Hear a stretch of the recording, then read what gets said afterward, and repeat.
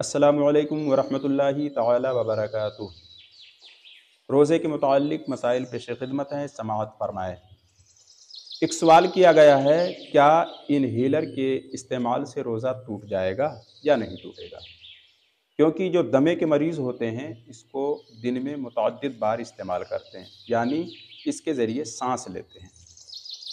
تو یہ بات یاد رکھیں کہ انہیلر کے استعمال سے روزہ ٹوٹ جاتا ہے، کیونکہ اس کے بارے میں بتایا جاتا ہے کہ اس میں موجود مادہ جو ہے نا وہ مائی کی صورت میں ہوتا ہے، یعنی لکوڈ کی صورت میں ہوتا ہے، جو حلق سے ہوتے ہوئے معدے میں پہنچ کر قرار پکڑ لیتا ہے۔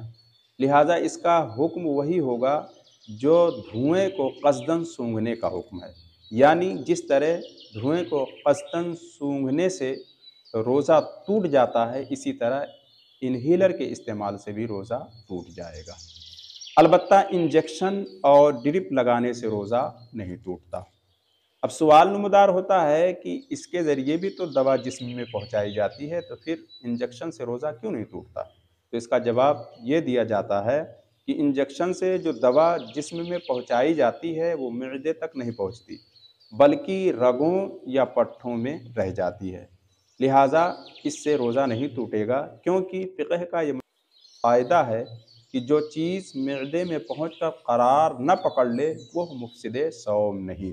اور یہ بھی یاد رکھیں کہ جو یہ بیان کیا جاتا ہے کہ انجیکشن اگر نسوں میں لگوایا تو روزہ ٹوٹ جائے گا اور پٹھوں میں لگوانے سے روزہ نہیں ٹوٹے گا، یہ غلط ہے۔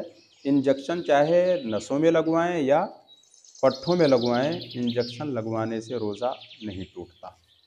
الغرض جس بھائی نے مجھ سے سوال کیا ہے میں ان سے بتانا چاہوں گا کہ انہیلر کے استعمال سے روزہ ٹوٹ جاتا ہے۔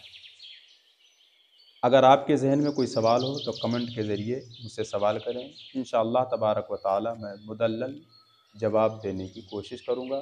السلام علیکم ورحمۃ اللہ وبرکاتہ۔